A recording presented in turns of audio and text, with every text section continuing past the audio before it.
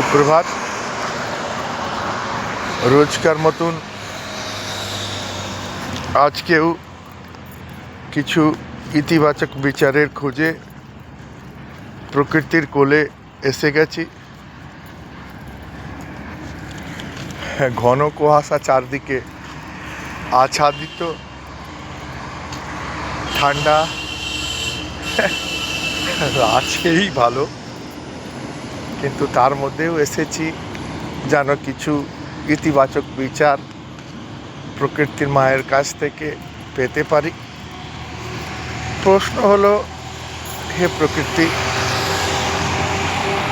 আমার রাস্তা দেখান, আমার মার্গদর্শন করুন, যাতে আমি একটা সুস্থ মস্তিষ্ক অসুস্থ শরীরের সামিত্য পেতে পারি। হাসলেন প্রকৃতি আর বললেন, দেখো বাবু, সুস্থ মস্তিষ্ক আর সুস্থ শরীর দুটোরই একটাই চাবিকাঠি আছে, যে তুমি বর্তমানে জীবিত থাকতে শেখো। যখন আপনি অতীতে যে ঘটনাটা ঘটে গেছে সেটা নিয়ে দুশ্চিন্তা করেন, সেটা নিয়ে মনে মনে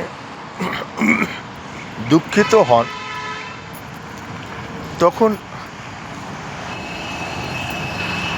এই যে কাজটা আপনি করছেন তার কোনো ইতিবাচক পরিণাম আসে না, বরং ওইটা আপনার মানসিক আর শারীরিক ঊর্জাকে নষ্ট করে।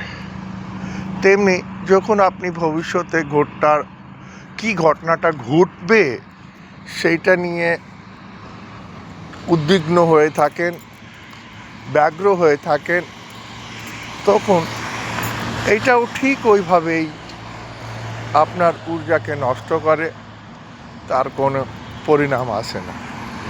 তাই বন্ধুগণ, আপনি লক্ষ্য করুন যে আপনার মাথায় যে ভাবনাটা চলছে সেটা কি অতীতের ভাবনা, সেইটা কি ভবিষ্যতের ভাবনা? আর যদি এটা অতীত আর ভবিষ্যতের ভাবনা থাকে তাহলে তাকে মাথা দিয়ে বের করে সেটাকে বর্তমানে টেনে নিয়ে আসুন।